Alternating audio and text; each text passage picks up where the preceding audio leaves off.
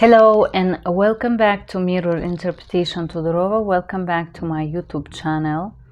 My name is Ivana and I am an interpreter and a polyglot. Sorry, I'm trying to fix the corner of this video. Okay, I think this is better now. So today we're creating a video addressing a question again, my story of how I become a medical interpreter.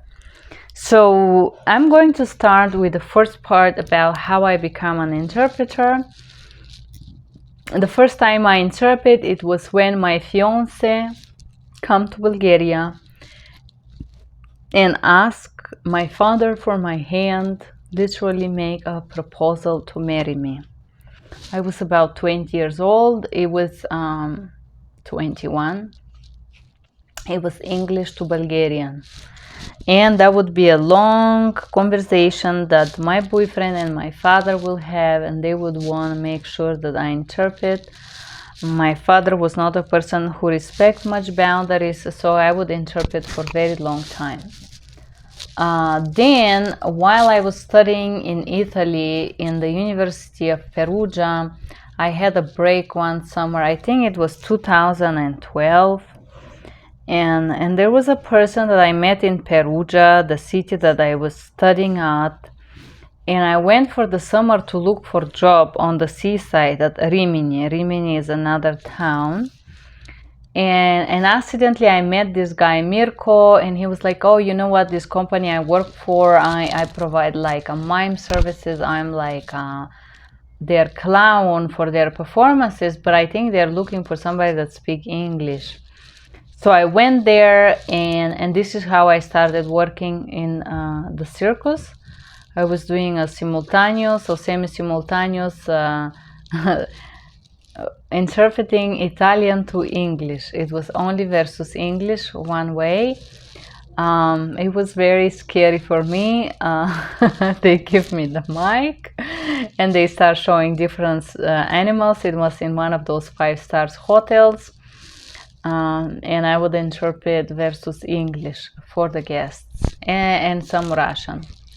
I also interpret for different like this game like bingo games, or these games that you put money on, something like that for adults, for the fun nights of those resources or resorts at the resort. And then this company trained me for something called animator, where I would work on the beach with children, play different games or dance with them or something like that, entertain them. And that would include my include the languages that I was speaking. Soon after I was invited. I don't know who invited me, but somebody invited me, and I interpret in the European Championship of Acrobatics. I believe it was in 2013, same in Rimini, in one of their European Championships. And I helped register. It was 3 or 5 days. They paid me a little bit, but not big money. It was in those fairs. They had championships coming from all over the world, and I would register them in the computer, different languages. I would do Russian, some Bulgarian, and of course English, because most of them would speak English. And then I was offered a job in the Rimini Trade Fair, which was mainly business to business. As I said, you guys know me. I've been working as a business interpreter for a very, very long time. So that was my feedback. I worked as a business interpreter while I was studying for 5 years in Italy.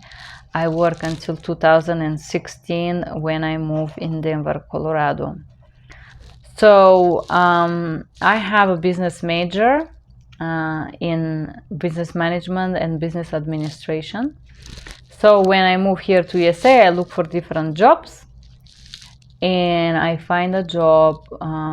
I was looking for corporate jobs basically, and I was offered a job by Circom. I remember it was with Bulgarian language, and they did send me the book, Best Practices. I remember I read it once. I didn't give much attention. Then they tested me but they wanted me to know the book on memory, and I realized on the test that I didn't know it by memory. So the first test, I honestly would say I did not pass, and the company told me not to worry, that I can take some time to study, and then it was the best practice, best protocol as some medical terminology. So I studied the book, I memorized it, and I studied the medical terminology. I remember in the test they asked me hysterectomy. I was like, hysterectomy? Why people would do that? Like, this is horrible. So it was challenging. It was very challenging. So the test was reasonable. I did study 9 body system, the most common procedures, maybe like 100 pages. I spent 2 weeks studying the 9 body systems, plus this book that Circom provided me. And this is how I started working as a medical interpreter. Working as a medical interpreter doesn't polish you and make you become so professional and knowledgeable. So the first call that I got, it lasted 20 minutes, and I remember I have the fear, the anxiety, the fear of the making the error. I was so panicky that I take 15 minutes. I make this 15-20 minutes, and I needed a break. I was gonna have a heart attack. It was so much for me. I was like, I don't know if I can handle that. I was constantly thinking that if I make an error, somebody may die, the responsibility. I couldn't stop thinking about how precise I must be. And then what I did to overcome this fear and anxiety, I study every day. Every day that I didn't know a word, I would write it down in my notebooks, and I have a special dictionary. I still do it, and I would write the words in the languages that I work with. That was Russian, Bulgarian, and Italian. Now I do Macedonian as well. And in the end of the day, I will spend 1 hour writing those words in my vocabulary before I shred my notes. And I would study every day for an hour and a half after I finished work as a rule. I study 9 body systems, I study disease and all, and this and this and that. That was in 2016 and 2017. I did the Bridging the Gap, this one over here, my favorite. This is a great book. I have it over there. It should be your Bible. You could study there the terminology as well. It's a great book. If you learn there is the basic. And then I continue studying.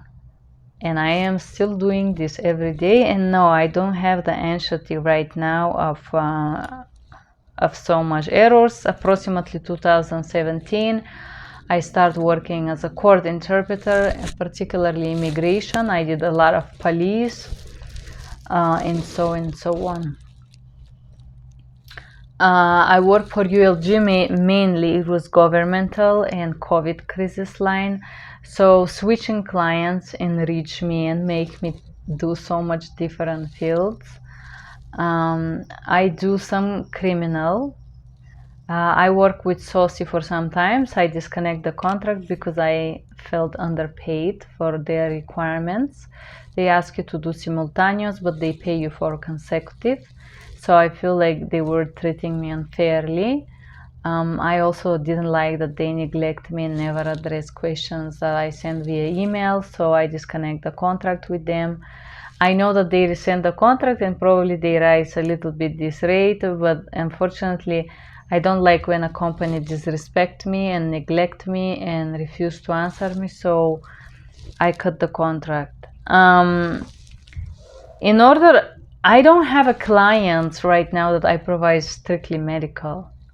For example, for TransPerfect, they have a lot of banking calls, so if you want to experience banking, you can work with them. CLI, they are horrible, but they also had quiet legal calls.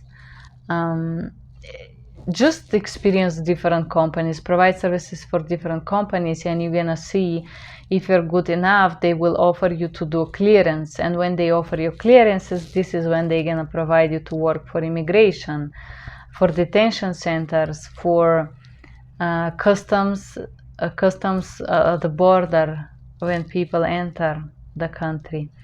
And if you have a public trust clearances, you cannot do the police and the fire and the 911. So if they hear your calls and they see you're good, they will offer you.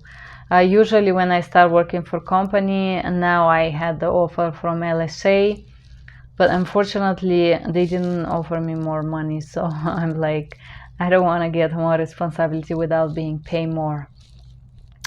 But said that, that was my story, Tima. I hope you like this video. This is gonna be my last video for today. I hope it was useful. If you're guys interpreter looking to grow, I have a medical terminology, Spanish English. You can click on the link below. We have a cardiovascular respiratory system, Spanish English, English Spanish. You can learn on those trainings below. Right now they are still in discounted rate for $47. I'm going to charge more. I'm going to upgrade the prices for those trainings. Said that you have the same trainings in English language only if you provide different languages. And also if you are Russian, you can click on my videos Russian vocabulary. I will set it on the link below, and stay tuned. Soon I'm going to send you I'm going to publish the same trainings in Bulgarian and Italian and Russian languages. Thank you guys for being here, and I hope you have a great day. Bye bye.